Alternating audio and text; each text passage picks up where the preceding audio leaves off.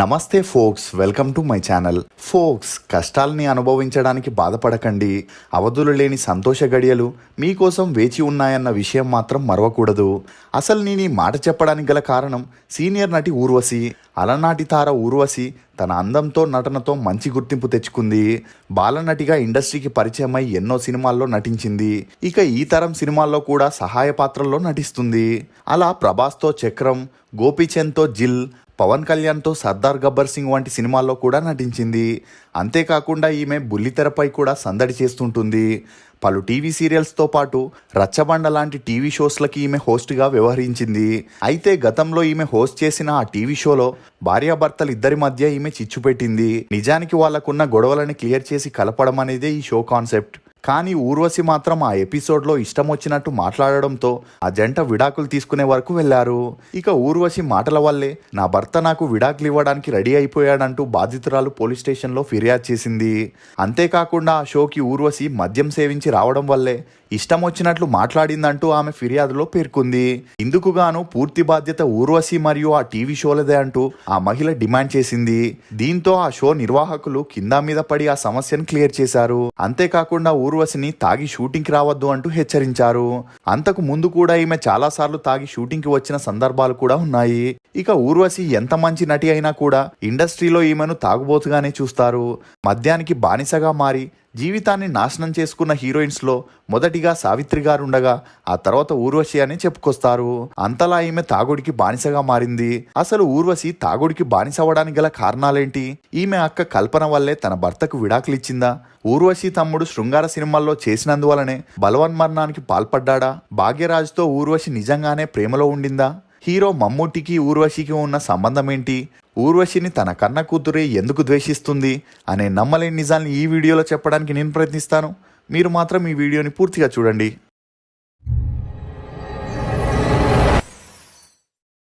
Folks, చదువు చెప్పే పాఠాలు ఎలా బ్రతకాలో నేర్పిస్తాయి, కానీ జీవితం నేర్పే గుణపాఠాలు ఎలా బ్రతకకూడదో నేర్పిస్తాయి. కవితా రంజని అలియాస్ ఊర్వశి. ఈమె 1969 జనవరి 25న కేరళలోని తిరువనంతపురంలో ఒక మిడిల్ క్లాస్ ఫ్యామిలీలో జన్మించింది. తండ్రి చావరా విపి నాయర్, తల్లి విజయలక్ష్మి.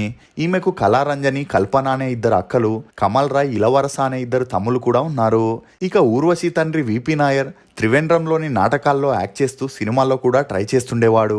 కానీ సినిమాల్లో ఛాన్సులు వచ్చేవి కాదు.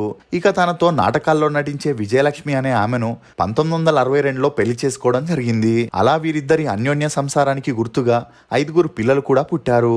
ఇక ఇదిలా ఉండగా తను సినిమాల్లో సాధించలేనిది తన పిల్లల ద్వారా సాధించాలని మొదటి కూతురైన కళారంజనిని చైల్డ్ ఆర్టిస్ట్ గా అవల్ అనే మూవీలో ఎంట్రీ ఇప్పించడం జరిగింది.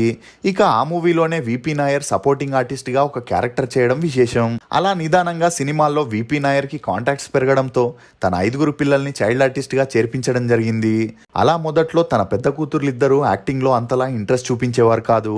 కానీ ఊర్వశి 1979లో ప్రేమ్ నజీర్ హీరోగా చేసిన కత్తిరండపం అనే మూవీలో చైల్డ్ ఆర్టిస్ట్ గా అరంగేట్రం చేసింది. ఇక ఆ మూవీ రిలీజ్ అయి సూపర్ డూపర్ హిట్ అవడంతో బ్యాక్ టు బ్యాక్ సినిమాలను చైల్డ్ ఆర్టిస్ట్ గా చేస్తూ వచ్చింది. ఇక ఊర్వశి తన స్కూలింగ్ ని తిరువనంతపురంలోని ఫోర్ట్ గర్ల్స్ మిషన్ హై స్కూల్లో చదివింది. ఇక చదువుల మీద అంతలా ఇంట్రెస్ట్ లేని ఊర్వశి 8వ తరగతికే ఫుల్ స్టాప్ పెట్టేసి సినిమాల్లో ట్రై చేయాలనుకుంది. ఇక ఇదిలా ఉంటే తన కూతుర్లని సినిమాల్లో హీరోయిన్స్ ని చేయాలని విపి నాయర్ డిసైడ్ అయ్యాడు. ఇక అప్పట్లో సినిమా ఇండస్ట్రీ మొత్తం మద్రాసులోనే ఉండడంతో విపి నాయర్ ఫ్యామిలీ మొత్తం త్రివేంద్రం వదిలి మద్రాస్కి షిఫ్ట్ అయ్యారు. అలా ఫ్యామిలీ మొత్తం మద్రాస్కి వెళ్లి సెటిల్ అయి సినిమాల్లో ఛాన్స్ల కోసం ట్రయల్స్ ని మొదలెట్టారు. ఇలా ఉన్నప్పుడే డైరెక్టర్ భారతిరాజా శిష్యుడు కె భాగ్యరాజ్ అప్పటికే హీరోగా డైరెక్టర్ గా 15 సినిమాలను చేసి టాప్ పొజిషన్ లో ఉన్నాడు. ఇక తన గురువులాగే భాగ్యరాజ్ కూడా టీనేజ్ అమ్మాయిలకే సినిమాల్లో ఛాన్స్ ఇస్తుండేవాడు. ఇక అప్పటికే పెళ్ళైన భాగ్యరాజ్ నటి రాధిక, సరిత, పూర్ణిమలతో మంచి సన్నిహిత్యంగా ఉంటూ తన మూవీస్కి వీరినే హీరోయిన్స్గా క్యాస్ట్ చేసేవాడు. ఇక ఇలా ఉన్నప్పుడే పెళ్ళైన 2 ఏళ్లకే తన మొదటి భార్య ప్రవీణ అనుమానాస్పదంగా మరణించడం జరిగింది. ఇక ఈమె ఇతని డైరెక్షన్లోనే హీరోయిన్స్గా కొన్ని మూవీస్లో యాక్ట్ చేసింది. కానీ ఎప్పుడైతే పూర్ణిమ అనే హీరోయిన్తో భాగ్యరాజ్ పీకల్లోతు ప్రేమలోకి వెళ్లాడో ఈ విషయం తెలిసి తన భార్య ప్రవీణ బలవన్మరణానికి పాల్పడిందనే వార్తలు వినిపించినా భాగ్యరాజ్ ఇదంతా పట్టించుకోకుండా 1984లో పూర్ణిమ అనే హీరోయిన్ని రెండో పెళ్లి చేసుకోవడం జరిగింది. అలా పూర్ణిమతో రిలేషన్లో ఉంటూనే సరిత, రాధికతోనూ మంచి రిలేషన్ని మెయింటైన్ చేసేవాడు. ఇక ఇలా ఉన్నప్పుడే మూందాన ముడిచి అనే మూవీని ప్లాన్ చేసి అందులో తనే హీరోగా డైరెక్టర్గా చేయడం జరిగింది. అలా ఆ మూవీలో కొత్త హీరోయిన్స్ కోసం ఆడిషన్ని నిర్వహించగా ఈ విషయాన్ని తెలుసుకున్న ఊర్వశి తండ్రి తన ముగ్గురు అమ్మాయిల్ని ఆడిషన్కి తీసుకెళ్లాడు. ఇక ఊర్వశి అక్క కళారంజని అప్పటికే ఐటమ్ డాన్సర్గా చిన్నా చితక మూవీస్లో పాత్రలు చేయడంతో ఆడిషన్లో సెలెక్ట్ అవ్వలేదు. ఇక రెండో అక్క కల్పన చాలా లావుగా ఉండడంతో హీరోయిన్గా సెట్ అవ్వదని భాగ్యరాజు రిజెక్ట్ చేశాడు. ఇక అలా ఊర్వశిని చూసిన భాగ్యరాజు ఈమె ఏజ్ 14 ఏళ్ళు అవ్వడం, అప్పటికే హీరోయిన్గా ఒక్క మూవీ కూడా చేయకపోవడంతో భాగ్యరాజు ఊర్వశిని హీరోయిన్గా సెలెక్ట్ చేయడం జరిగింది. ఇక ముఖ్యంగా మలయాళం అమ్మాయిల్ని హీరోయిన్గా సెలెక్ట్ చేయడానికి గల కారణం బాంబే హీరోయిన్స్ లాగే కంఫర్ట్గా ఉంటూ తమ వర్క్స్ని సిన్సియర్గా కంప్లీట్ చేసి వెళ్తారు కాబట్టి మలయాళీ అమ్మాయిల్ని ఈజీగా సెలెక్ట్ చేసేవారు. ఇక అలా మూందానే ముడిచి మూవీకి ఏవిఎం ప్రొడక్షన్ ప్రొడ్యూస్ చేయడం విశేషం. అలా ఆ మూవీ 1983లో రిలీజ్ అయి సూపర్ డూపర్ హిట్ అయింది. ఇక వెంటనే భాగ్యరాజ్ మళ్ళీ ఊర్వశితోనే దావుని కనువుగల్ అనే మూవీ చేయడం, అది కూడా సూపర్ డూపర్ హిట్ అవ్వడం జరిగింది. ఇక అలా ఊర్వశి భాగ్యరాజ్తో క్లోజ్గా ఉంటూనే మలయాళం మూవీస్ వైపు మక్కువ చూపింది. అలా 1984లో ఎదిరిపూకల్ అనే మూవీ చేసేటప్పుడు మమ్ముట్టితో ఊర్వశికి మంచి పరిచయం ఏర్పడింది. ఇక ఆ పరిచయం కాస్త సన్నిహిత్యంగా మారి నీరకొట్టు, ఎదురుపూకల్, అనురాగి, స్వాగతం, ఆయురప్పరం, మై డియర్ ముత్తాచను అని మమ్ముట్టితో క్లోజ్గా ఉంటూ 70 సినిమాల్లో కలిసి నటించడం విశేషం.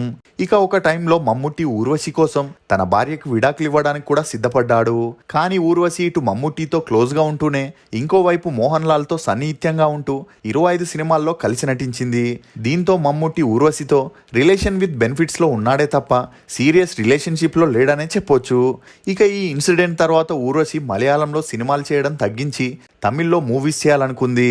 అలా కమల్ హాసన్తో ఉన్న ఫ్రెండ్షిప్తోనే మైకల్ మదన్ కామరాజన్, అంద ఓరు నిమిడం అనే మూవీస్ని చేయడం, ఈ 2 మూవీస్ హిట్ అవ్వడంతో వీరిద్దరి మధ్య మంచి సన్నిహిత్యం ఏర్పడింది.